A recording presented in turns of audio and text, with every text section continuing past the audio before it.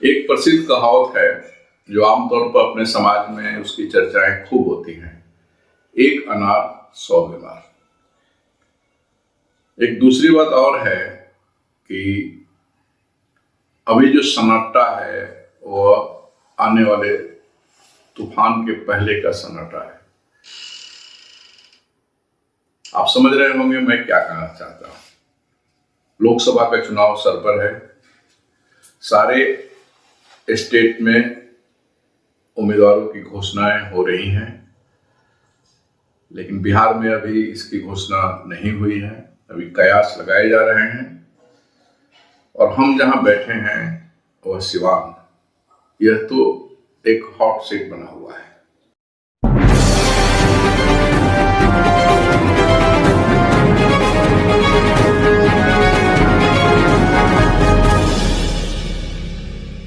नमस्कार, मैं हूं नवीन सिंह परमार और आप देखना शुरू कर चुके हैं परमार मीडिया का हमारा YouTube channel the Siwan dialogue पर हमारा नियमित कार्यक्रम परमार की बात।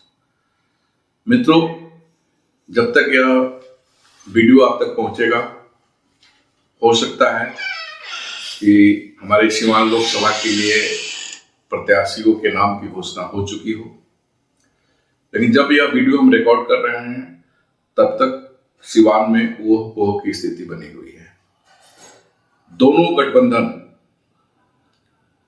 के कार्यकर्ता बेचैन हैं, नेता परेशान हैं, लेकिन गठबंधन के द्वारा किसी के नाम की घोषणा नहीं हो रही है, जिसको लेकर के बड़ी ही विचित्र स्थिति बन गई है सिवान में। हम अगर बारी बारी से गठबंधन की बात करें तो एनडीए का खेमा जो है उसमें दो दल यहां प्रमुख रूप से हैं, भारतीय जनता पार्टी और जदयू की वर्तमान सांसद हैं कविता सिंह जी। भारतीय जनता पार्टी के लोग दावा कर रहे थे कि चुनाव हम लड़ रहे हैं। एक तरह देखा जाए तो मंगल पांडे की तैयारियां भी शुरू हो गई थी, उनके कार्यकर्ता क्षेत्र में लग चुके थे, लेकिन पासा पलट गया। मंगल पांडे को पार्टी ने कहा कि अभी आप लोकसभा चुनाव नहीं लड़ेंगे, आपको बिहार विधान परिषद में ही जाना है। और बिहार विधान परिषद में मंगल पांडे को तीसरी बार रिपीट कर दिया गया। ऐसे तो ये कयास पहले भी लग गए थे जब उनको बंगाल का प्रभारी बना दिया गया था। भाजपा का जो कार्य संस्कृति है, काम करने का तरीका है, उसमें लगभग ये बातें तय मानी जाती हैं कि जो प्रभारी होते हैं वो चुनाव नहीं लड़ते हैं। लेकिन उनके कार्यकर्ता इस बात को मानने के लिए तैयार नहीं थे। गांव-गांव में घूम रहे थे, कह रहे थे कि मंगल पांडे जी हमारे प्रत्याशी हो रहे हैं। दूसरे ओम प्रकाश यादव जी का खेमा है। ओम प्रकाश यादव जी भी गांव-गांव में घूम रहे हैं। उनके लोग कह रहे हैं कि ओम प्रकाश यादव जी का टिकट फाइनल है। एनडीए का जो दूसरा खेमा है जनता दल यू, उसकी सिटिंग सांसद हैं कविता सिंह जी। कविता सिंह जी के लोग भी गांव-गांव में घूम रहे हैं, दावा कर रहे हैं, आज भी दावा कर रहे हैं कि उनका टिकट फाइनल है।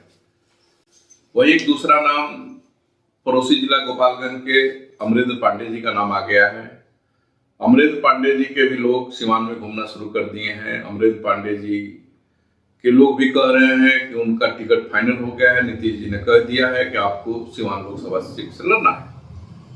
तीसरा एक और नाम है जदयू में, महाराजगंज के पूर्व विधायक हेमनारायण शाह जी का।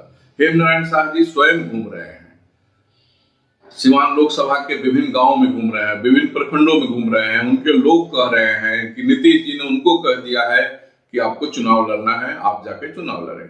यानी कुल मिलाकर के भारतीय जनता पार्टी और जदयू के नेता कंफ्यूज हैं, कार्यकर्ता कंफ्यूज हैं, नेता परेशान हैं। कोई नाम निकल कर सामने नहीं आ रहा है। उसी प्रकार से अगर हम राजद की बात करें, महागठबंधन जिसको कहते हैं, महागठबंधन की बात करें, महागठबंधन भी कंफ्यूज है। उसके भी नेता कंफ्यूज हैं, नेता परेशान हैं, कार्यकर्ता एकदम कंफ्यूज हो गए हैं, क्योंकि अवध बिहारी चौधरी जी का खेमा कह रहा है कि हम चुनाव लड़ रहे हैं, अवध बिहारी जी यहाँ से प्रत्याशी होंगे। विनोद जायसवाल जी का खेमा कह रहा है कि नहीं, हम चुनाव लड़ रहे हैं, हम प्रत्याशी हो रहे हैं। ये पहली बार ऐसा हो रहा है, दशकों के बाद सिवान में पहली बार ऐसा हो रहा है कि नेता नहीं स्पष्ट हो रहे हैं कि कौन लोकसभा चुनाव में किस दल का प्रत्याशी होगा। लेकिन एक प्रत्याशी फाइनल हो चुका है। वह प्रत्याशी है सिवान के पूर्व सांसद मोहम्मद साहुद्दीन जी की पत्नी हिना साहब। हिना साहब ने मीडिया से बात करते हुए स्वयं कह दिया है कि मैं चुनाव लड़ूंगी या मेरा पुत्र बाबू चुनाव लड़ेगा। यानी हिना साहब ने ताल ठोक दिया है। उनका कहना है कि हम निर्दलीय चुनाव लड़ेंगे। उनकी तैयारियां शुरू हो गई हैं। प्रखंड में, विभिन्न प्रखंडों में उनके कार्यकर्ताओं का सम्मेलन हो रहा है। कुल मिला जुला करके ये तय हो गया है कि हिना साहब चुनाव लड़ने जा रही हैं, निर्दलीय प्रत्याशी के रूप में चुनाव लड़ने जा रही हैं, और जिसको भी लड़ना होगा सिवान में उसको हिना साहब से ही लड़ना होगा। हिना साहब का एक अपना वोट समर्थकों का एक प्रतिशत है सिवान में। वह एक कदावर नेत्री के रूप में उभरी हैं, और ये ठीक है कि पिछले 2 चुनाव में वो चुनाव हार गई हैं, लेकिन आज के डेट में हिना साहब एक दमदार प्रत्याशी हैं और किसी को जिता देने और हरा देने में उनकी महत्वपूर्ण भूमिका होने वाली है। अब देखना दिलचस्प है कि सिवान का यह लड़ाई किस ओर जाएगा, किस परिस्थिति में जाएगा। बहुत कुछ निर्भर करता है कि एनडीए किसको उम्मीदवार बना रहा है और महागठबंधन किसको उम्मीदवार बना रहा है। 2 दिनों तक एक नाम, बड़ा विचित्र नाम था जो चर्चा में बना रहा सिवान में, कि एनडीए की ओर से पूर्व मंत्री भाजपा के कदावर नेता शाहनवाज हुसैन जी सिवान से लोकसभा चुनाव लड़ने वाले हैं। गांव-गांव में उनके भी कुछ कार्यकर्ता, उनके समर्थक ये बात कहना शुरू कर दिए थे, लेकिन जैसा कि मैंने पहले ही भी बताया कि दोनों गठबंधन के जो बड़े नेता हैं वो चुप हैं, किसी का नाम नहीं ले रहे हैं। उनके पार्टी के लोग यहाँ अलग अलग तैयारियां शुरू कर दिए हैं और घूम रहे हैं। अभी भारतीय जनता पार्टी से ओम प्रकाश यादव जी घूम रहे हैं। उनका कहना है कि मेरा टिकट फाइनल हो गया है। वहीं जदयू से कविता सिंह जी घूम रही हैं, उनके पति घूम रहे हैं, उनके समर्थक घूम रहे हैं। उनका कहना है कि नहीं, टिकट हमारा नहीं कट रहा है, हम ही चुनाव लड़ना है।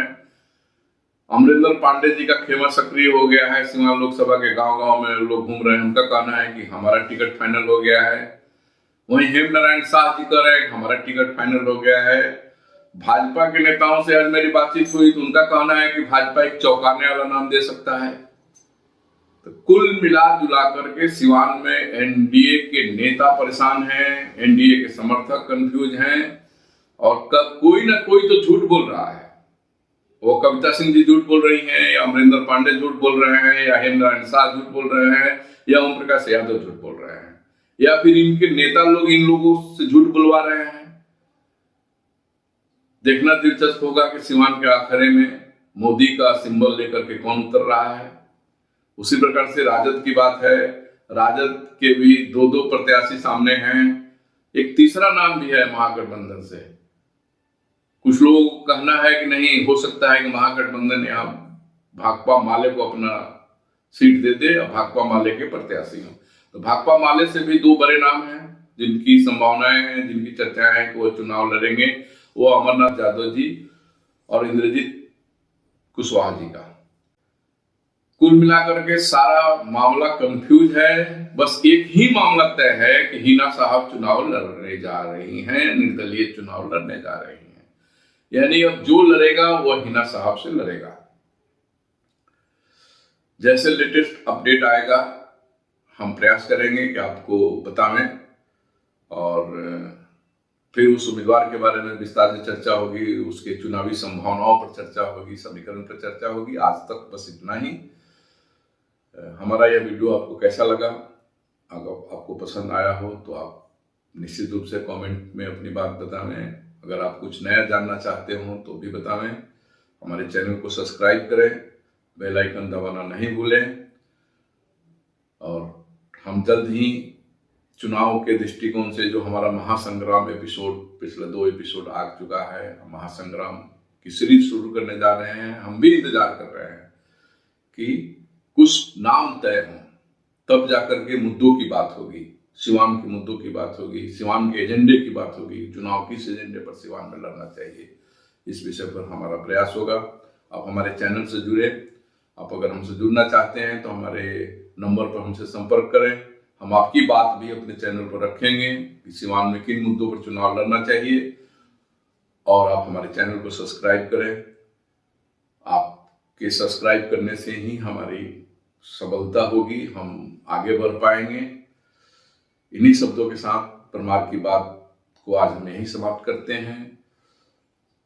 आप स्वस्थ रहिए, मस्त रहें, इन्हीं शुभकामनाओं के साथ। जय भारत, जय सिया राम।